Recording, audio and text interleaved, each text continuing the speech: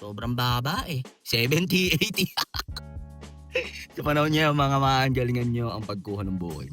Hindi biro ang presyo ng gasolina. Ano, first time ko makakita ng ganyan, Binyan, Laguna. Olats na nga biyahe. Tapos gasolina, natigitan pa. Ewan po kayo, during itong contact of operation namin, anti-illegal parking operation. Sa BGC po kasi, no, street parking policy po tayo Ganyan talaga ang buhay. Parang gusto ko nang umuwi ng walang sakay. Yung malaking pickup, 6.4. Pero dito na ako dadaan. Pinalagang ko na to man, tapos ang drop na ito sa may Las Piñas. Pag may visa kayo na ito mga man, may discount kayo dito na 7 pesos. Good morning, good morning, good morning! Today mga man is March 27, 2026. Araw ng Biyernes ngayon. Straight ngayon, samahan niyo ako, pipiyahin ako. Tignan natin kung makakarami ba tayo or kikita ba tayo sa sobrang taas ng gasolina. So may booking agad tayo. Pick up nito sa townhomes. Layo sa atin 620 meters. Then drop off nito mga man sa ano, Makati agad tayo. Tara. Para mga napakabiti pa rin ang pick up niyan. Time check tayo mga man. 9:19 ng umaga. Sa mga nagtatanong, open pa ba ang application kay Lalamugs? Nilagay ko na yung link sa comment section. Ang gagawin nyo na lang is ibigay nyo yung mga requirements na hinihingi niya. Once onboarding na kayo, ibiyahin nyo ng 3 lang within 3 days. Kita-kits kay Lalamugs, 0 commission. Sa mga hindi nga pala nakakilala sa akin, ako si Kulin, ang feeling vlogger ng Anom Rock Etiba. 18 months na tayong TNBS driver man. Nagbablog ako from start to finish ng aking shift. Disclaimer lang mga man, hindi po ako nakikipagtaasan ng earnings at hindi rin po ako accredited vlogger ng kahit anong TNC. Ang goal ko lang is mag-spread ng good vibes at syempre ma-share ko ang aking diskarte. Hindi tayo nakabiyahe ng Wednesday and Thursday kasi Wednesday may inasikasa tayo, Thursday coding ako. So tingnan natin kung kikita pa tayo for today's video Dahil ang gasolina unleaded ay 90 pesos na, 9:22 na ng umaga. Pilitin natin asan yung quota natin kahit lagpas 5,000 no? May pick up natin si Sir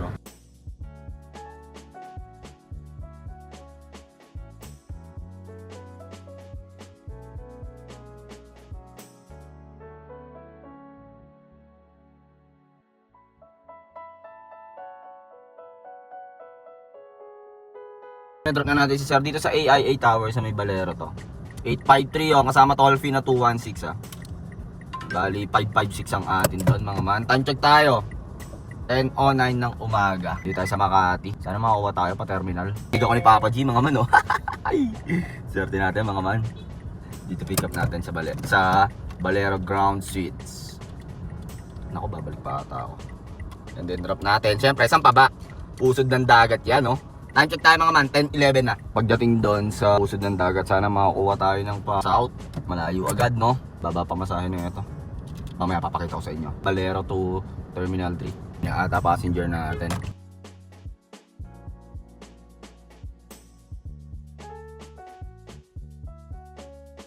Drop na natin sila passenger mga man. Dito lang yan sa Terminal 3. Siyempre pusod ng dagat. At natin toll fee 35 pesos. Skyway kami. Update na pala yung exit ng Terminal 3. Dito na siya sa may ramp. So 256 ang baba nito man. 165 lang ang akin. Time check tayo mga man. 10:34. Tayo dito MCDO man. Tapos na tayo UMFT mga man. Dito tayo pusod ng dagat. Kuha tayo doon pasaw. Mga man, update lang na may booking na tayo. Dito pa rin siyempre Terminal 3. And then drop off na ito sa Kupang lang. Ayun Sa Kupang outpost lang. West Service Road. Time check tayo mga man. 12:28 na. Tagal na natin dito. Kumain pa tayo kasi diba? Tinanghali kasi ako ng gising. Pagka ganito talaga tinatanghali ako. Pinapunta na natin si passenger dito sa A21 Sana nandito na si passenger. 350 binigay Kinash nila yung toll fee. So 345. Marome 290 ang atin plus. Ba't wala? Wala. Nagdolo ko. Pero 290 plus 5 pesos tip. Time check tayo mga man. 103 tayo sa Alabang Town Center. Sabi nakaka 1K pa lang ata ako. Baba na pamasahe man. Napansin ko mga man, wala masyadong tao ngayon sa kalsada kasi nga transport straight yung iba walang pasok. Sana makukuha tayo dito sa Alabang. Bababa. Tapos pagdating doon sa south, hanap pa tayo pabalik ng Maynila. Tapos baba ulit. Kaya lang ginagawa ang naman galingan nyo na sa pagpili ng booking. Ganun diskarte nga mga man. Hindi pwede accept ng mga gurame. Sa mga naka-Toyota Active dyan or Active Vios, kamusta ang performance niya mga man? Okay ba? Kasi parang okay ang hybrid niya yun kasi nasa taas ng gasolina. So comment down below mga man kung tipid ba sa gasolina yung Toyota Active. Pa din tayo sa Alabang mga man. Nalusaw na yung isang set din natin pa south. So iniisip ko pa kung babalik ako sa terminal or sa Makati BGC tapos biglang baba ulit. May isa pa tayong set di. May booking na ulit tayo mga man Accept na natin yan. So pick up nito. Ano to? Dito lang din ata Alabang Town Center. Hindi, sa Molito. Layo sa atin 640 and then sa Taguig tayo. Padre Cayetano. So tara. Time check tayo. 2:26. So tara. May mga nakukuha akong buuing kaso man sobrang baba eh. 70, 80. Sa panahon niya mga man, galingan nyo ang pagkuha ng buuing. Hindi biro ang presyo ng gasolina. Dito na tayo sa pick up natin. Di ko alam kung nasan dito si madam. Na-drop na natin sila ma'am and sir no, dito lang sa bagong kalsada. Exact amount yung binigay nila. 668 yon kasama yung toll fee. Ang atin doon is 424. Meron ulit tayo mga man no. Pinalagyan ko na to kasi sa Brixton lang ang drop nito. Dito lang din sa may bagong kalsada Taguig. Drop off nito sa may Brixton. So doon, pwede tayong bumaba dito tapos gamitan natin ng prepared area pa Alabang naman no. So time check, 3:10 na. Cancel ni madam mo pero binigyan tayo ng 50 pesos. 5 kasi man eh, kahit may bata yon, baby yung isa, tapos 4. Mahirap na, hindi tayo pasok sa insurance pag ganun eh. Binigyan naman tayo ni Papa G ng 50 pesos doon. Mga man, meron na ulit tayo. Bali pick up nito sa may Padre Cayetano lang and then drop nito 1 Ayala. At tara, standard to mga man, off saver ako ha. Tayo sa pick up natin, Tres Palmas. Yung ginamitan tayo ng magic word mga man ha. Sa Makati drop nito. Ayun o, Makati. Pound Drive. Wala pa din mga man. Dapat yung mga passenger no. Alam nilang mahal ang gasolina. Dapat pag book nila nandito na sila sa baba. Hindi yung nagamitan tayo ng magic word. Ayun. Ending. Si driver ang magduro sa baba pa ng pamasahe. Sa ano na lang natin to idaan. Upper McKinley or sa Upper McKinley. Na-cancel ko na. Ang tagal eh. Passenger no show na. So may pick up tayo. Taguig City Hall. No? Medyo traffic dito. And then drop off natin market. Okay pa sa market. Tapos pwede natin gamitin yung isang prepared area kahit pa Alabang tayo. No? So time check tayo mga man. 3:27. Nakakadalawang 50 na tayo. Bali 100 na yung kanina. Tsaka yung ngayon. Tsaka hindi naman i-accept ni Grab yon yung passenger no show hanggat naghihintay ng at least 5 minutes. Drop na natin si Madam Market. 370 binigay. Salamat po sa tip ma'am. 356, 14 pesos tip yon. 275 plus 14 pesos tip. Gamitin natin yung ano natin. Ayun. Taga. Gamit ko yung prepared area ko. Ayan o. Alabang and Cavite Dasma. Papaba tayo no. Sana makakuha tayo. Time check tayo mga man. 351. Tayo sa Uptown mga man ha. Pagka hindi gumana yung prepared areas ko, lusawin na natin yan. Time check tayo mga man. 410 na. First time ko makakita ng ganyan. Binyan Laguna. Street zone natin alas 5. So ang mangyayari niya, hanapan niya tayo. Papunta ng Binyan no. Swerte natin man. Pero may prepared areas pa rin ako ha. Balitaan ko kayo. Lalabasan na yung iba mga workers. So sana, ang mangyayari nito, sana makakuha tayo ng paalabang. Tapos sa Alabang, gagana yung find bookings papuntang Binyan. So nakapunta tayo ng Binyan nang hindi natin ginagamitan ng set D. Time check tayo mga man. 450. Tumambay ako dito. Hinarangan agad ako. Ticket. Bawal daw ipakita yung presyo eh. Okay lang yan. Ganyan talaga buhay. Kasalanan ko naman eh. Sabi ko, hinihintay ko lang yung girlfriend ko. Nakikiusap ako, ayaw eh. Natikitan tayo. Anti-illegal parking. Pero naka-record naman siya. Mukha naman safe si Kuya. Yun nga lang, hindi niya ako napagbigyan. Tikitan na lang daw ako. Okay lang, ganyan talaga buhay. Pero dapat, consider na nila na ano. Hirap na nga ng buhay eh. Tikita ka pa. Sana nag-warning na lang siya. Ticket agad eh, no? Oh, let's na nga biyahe. Tapos gasolina, natikitan pa. Ganyan talaga buhay. Sir, good afternoon na. BGC Marshall Salguero. Naka-record din ako para safe tayong dalawa. Near park na lang dito po tayo. Na-obstruct po natin yung traffic. Nasa business city po tayo ng Taguig.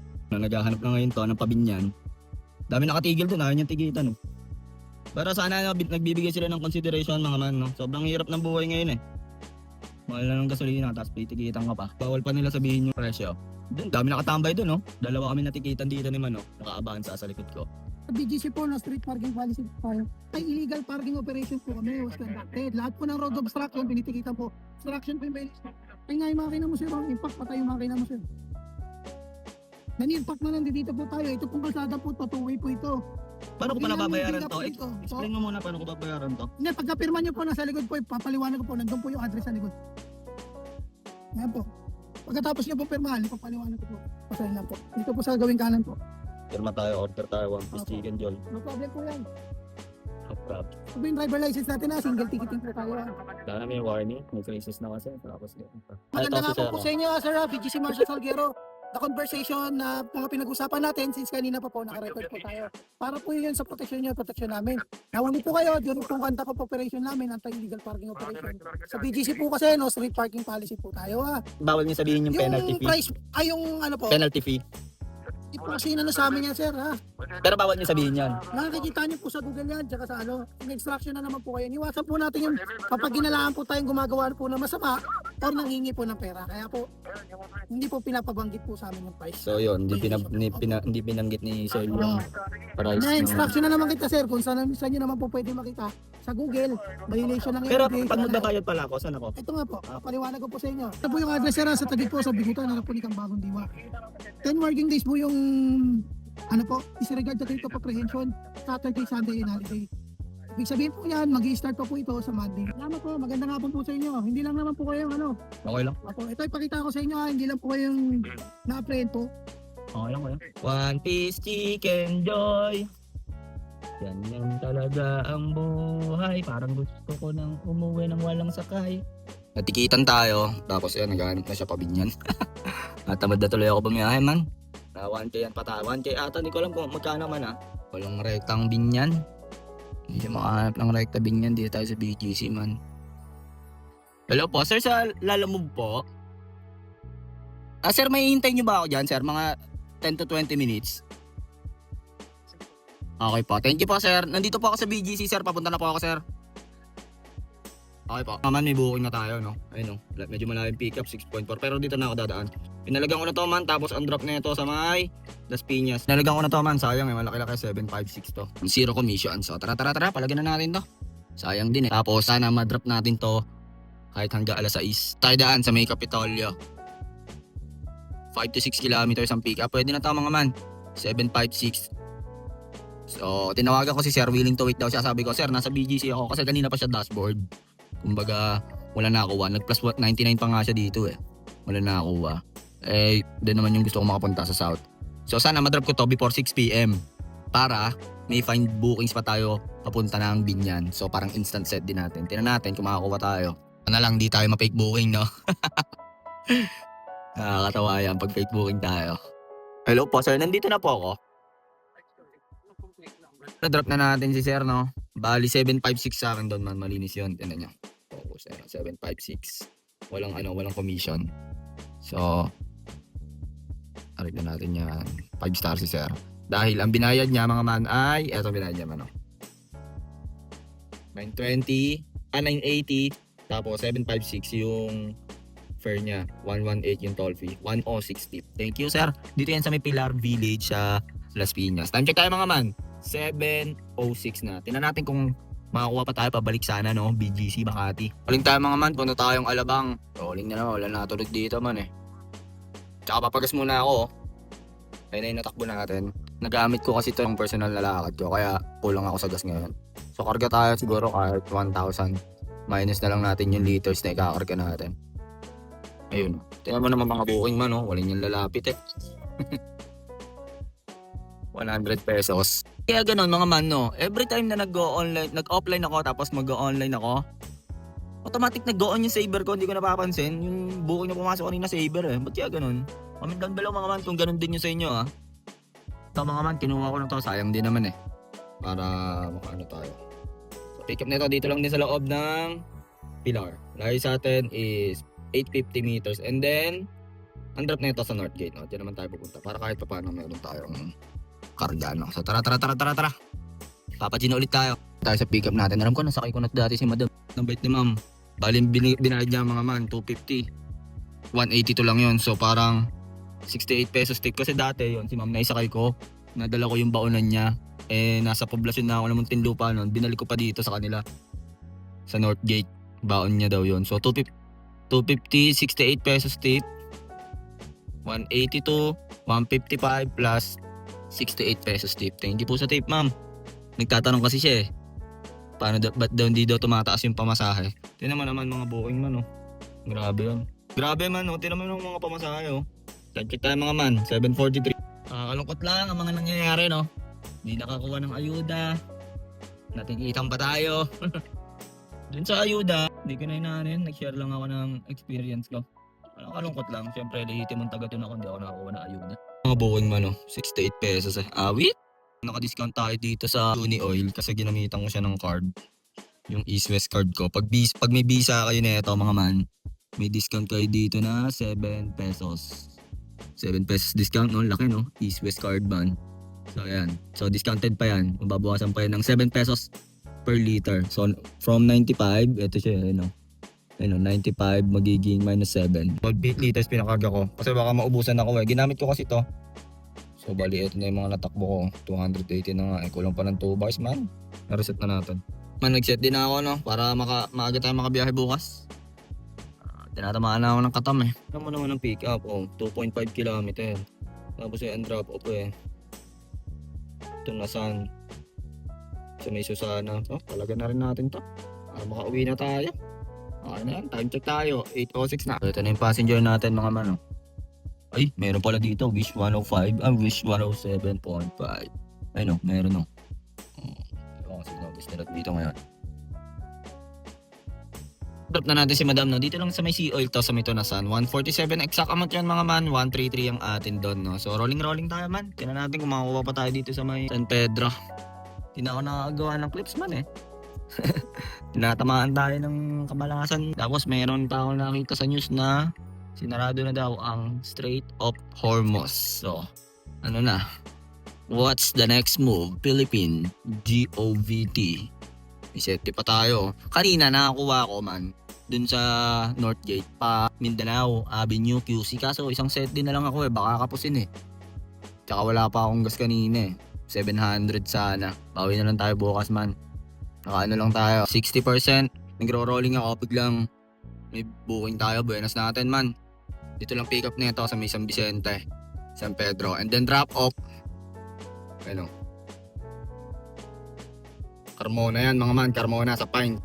So swerte natin. Tara. Tayo sa pick up natin, St. Paul.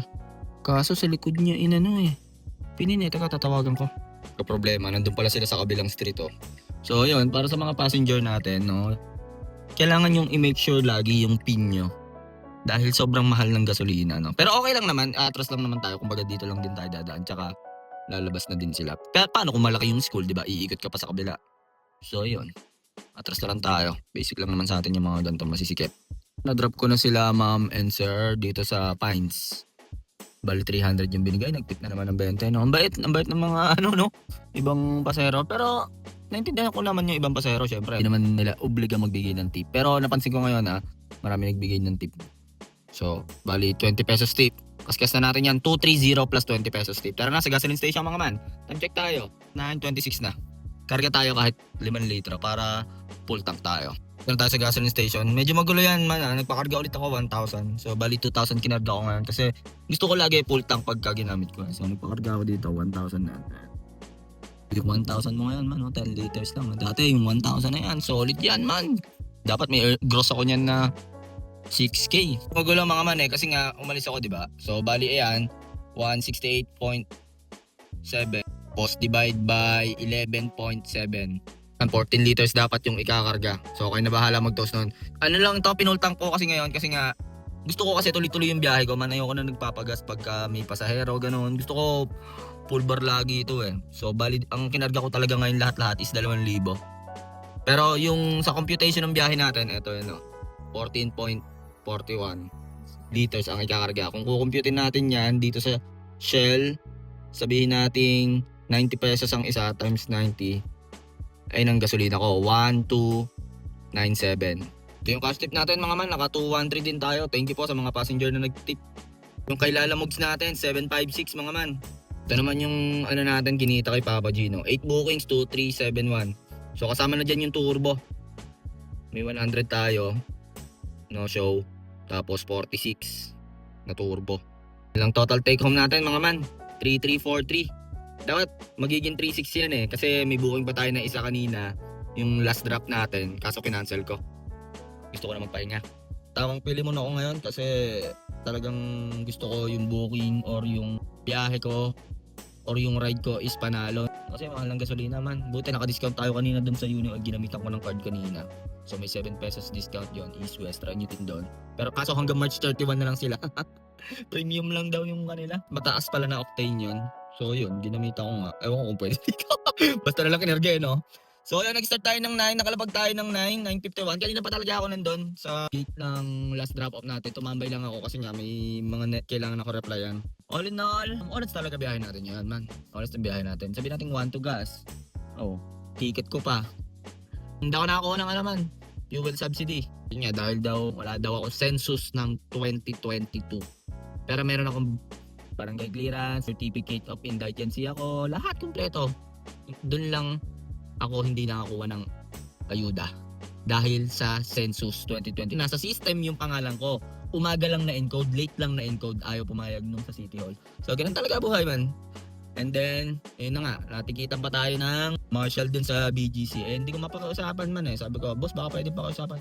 Hindi po pwede. Yun lang man, hindi ko lang alam kung magkano yung obstruction. Hindi ako na kasi makapagtalo ng mga pagtalo kasi hindi ka rin naman mananalo dun eh. Kahit anong pakiusap mo, hindi ka pagbibigyan nun man. Yung mga natikitan sa BGC, paano kayo nagbabayad? Comment down below mga man na. Wala kasi akong idea. Pero, binigyan niyo yung address. Dito daw ako pumunta sa Hall of Justice, General Avenue. Sa may Upper Bikutan. Sabi ko, kuya, pwede ba kitang i-video? Naka-bodycam naman siya. Sige po. Yun, nag-explain naman siya. Shoutout sa'yo, sir, no? Comment down below mga man, ha? Kasi ngayon lang ulit ako natikitan, eh. Ilan ba ako ulit natikitan? Tagal na. Nung natikitan ako sa Muntinlupa, nag-U-turn ako dun sa Alabang, hindi ko napansin. Natikitan ako doon. Pero, online ko lang binayaran. Ngayon, eto, itong ticket na to, 10 days lang daw to. Kailangan pumunta doon. Pag sumobra ng 10 days, working days yan ha, is 5% interest. Grabe yun. Grabe yun. Dahil pa pag nalit yung kotse mo, no? Pag nalit yung kotse mo, 1% lang eh. Sa kanila, 5% eh. Wednesday yon, kukunin ko dapat yung fuel subsidy. Kaso na-decline ako, hindi ako nakabiyahe, tinamad na ako. Thursday, coding ko. So ngayon lang ulit ako babiyahe, Friday. So wala pong matinong biyahe na ulit. Nung Tuesday lang ulit ako nakabiyahe ng maganda-ganda. Gano'n, puro ka malas-malasan ang nangyayari. So sana bukas makabawi tayo. Naniniwala ako dyan. Magandang biyahe ang bibigay sa atin bukas. Agahan natin siguro 5 or 6. Para tratin natin, no? Tapos yun nga pala, no, mga man, no, abang-abang din kayo ng streak zone dun sa planner, no? May streak zone tayo ng Binyan Laguna kanina sa BGC. Kaso walang nakuhang long shot, man.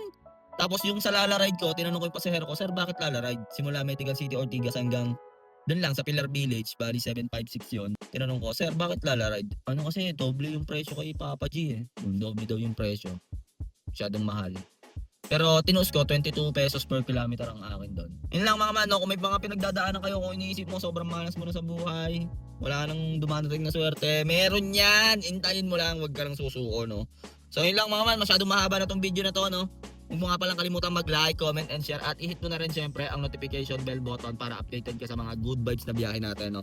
So hanggang dito na lang man. Kung ano man ang diskarte mo sa buhay, araw-araw mo lang galingan, makakamit mo rin ang tagumpay. It's your boy, KOLIN, signing off. Peace!